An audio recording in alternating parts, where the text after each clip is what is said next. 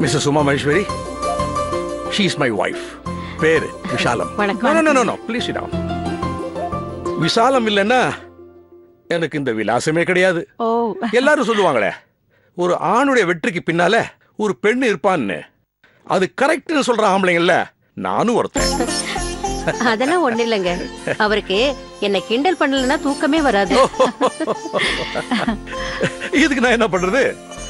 நீதிபதி யாராவது பொய் சொல்லுவாங்களா? அப்படி பொய் சொன்னா நீதி தேவதை என் நெத்தில சுத்தியால பதம் பாத்துறாதா? சரி, நீங்க பேசிட்டு இருங்க, நான் போய் காஃபி எடுத்துட்டு வரேன். விசாலா, இரு. யாருக்கு காஃபி போட போறேன்னு தெரிஞ்சுக்காம போற?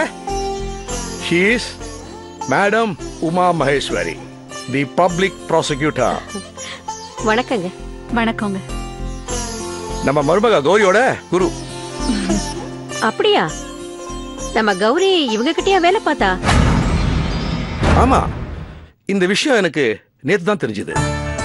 அதனாலதான் உமா மகேஸ்வரிய வீட்டுக்கு வர சொன்னேன். கௌரியோட குருனா இவங்களுக்கு ஒரு நல்ல காஃபி போட்டு தந்தே ஆகணும். நீங்க பேசிட்டு இருங்க, வந்துடுறேன். இது பாருங்க உமா, நாங்க உங்ககிட்ட விஷயத்த சொல்லாமே நாங்களே பேசிட்டுக்கிறோம். கௌரி எங்களுக்கு ரொம்ப பிடிச்சு போச்சு. அதனால என் மகனுக்கு கௌரிய கல்யாணம் பண்ணி வைக்கலான் இருக்கிறோம். அதுக்கான பேச்சுவார்த்தை எல்லாம் ஆரம்பமாயிடுச்சு. என் வைஃபும் கௌரி வீட்டுல போய் நேரா பேசிட்டு வந்துட்டாங்க. Very good sir. கௌரி உங்களுடைய ஜூனியர்னு எனக்கு முன்னாடியே தெரிஞ்சிருந்தா நான் உங்க மூலமாவே பேச்சுவார்த்தையை ஆரம்பிச்சிருப்பேன். பரவாயில்ல சார், பேச்சுவார்த்தை நல்லா போயிட்டு இருக்குல்ல, அது போதும். அதெல்லாம் பர்ஃபெக்ட்டா போயிட்டு இருக்கு. நெக்ஸ்ட் வீக் என் மகனை இதுக்காகவே யூகேல இருந்து வர வைக்க போறேன். அவன் கௌரிய நேரா பார்த்து ஓகேன்னு சொல்லிட்டா அப்பவே நிச்சயம் பண்ணிடுவேன். என் மகன் கௌரிய பார்த்து ஓகேன்னு சொல்லணும். அதுதான் எங்களுக்குள்ள டென்ஷன். கௌரிய யாருக்காவது பிடிக்காம இருக்குமா? நான் அவளை போட்டோல தான் பார்த்திருக்கேன். ரொம்ப அழகா அம்சமா இருக்கா. கௌரிய பிடிக்கலன்னு சொல்றவங்க பைத்தியமா தான் இருக்கணும். நீங்க காஃபி சாப்பிடுங்க. கேரியா ப்ளீஸ் கேரியா.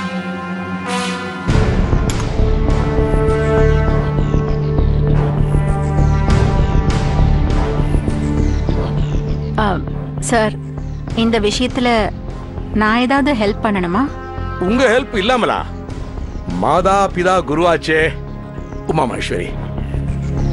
கௌரி எப்படி கோர்ட்ல நல்ல வாதாடினா, திறமையாவும் இருக்கிறா. அது சரி, கௌரியோட குணாம்சம் எப்படி? என் மகனை வெளிநாட்டுல இருந்து வர வைக்கிறதுக்கு முன்னால அதை பத்தி தெரிஞ்சுக்கலாம்னு நினைச்சேன். அதனாலதான் உங்களை இங்க வரவழைச்சேன். சொல்லுங்கம்மா.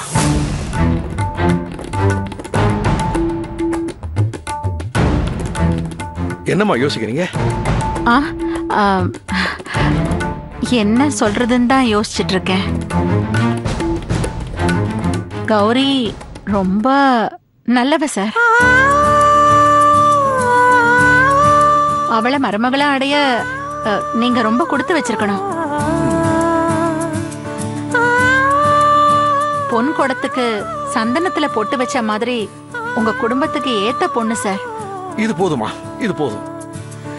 குரு பிரம்மா, குரு விஷ்ணு, குரு தேவோ மகேஸ்வரா. குரு கான்டாக்ட் சர்டிபிகேட் கொடுத்தா அது போதும். இனி மடமடன்னு மத்த வேலை பார்த்துடலாம். நான் ஏன் இந்த விஷயத்துல இவ்வளவு மெனக்கன்றேன்னா, யாருக்கும் தெரியாத ஒரு விஷயத்த இப்போ உங்களுக்கு சொல்றேன். எங்க வம்சம் ராஜ வம்சம்.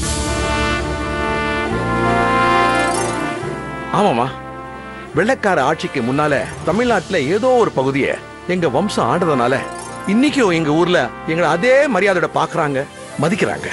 இது வேற இருக்கா? இப்போ எங்க ஊர்ல என் மகன் ஒரு ராஜகுமாரன். கௌரி அவனை கல்யாணம் பண்ணா அவனும் ஒரு ராஜகுமாரி ஆயிடுவான். அதனாலதான் கௌரி பத்தி கேட்டேன். நீங்க கௌரி பத்தி நல்லா சொல்லிட்டீங்க. ரொம்ப சந்தோஷமா. ரொம்ப தேங்க்ஸ்மா. பரவாயில்ல சார், நான் கிளம்புறேன். ஓகே, வரேம்மா. வாங்க.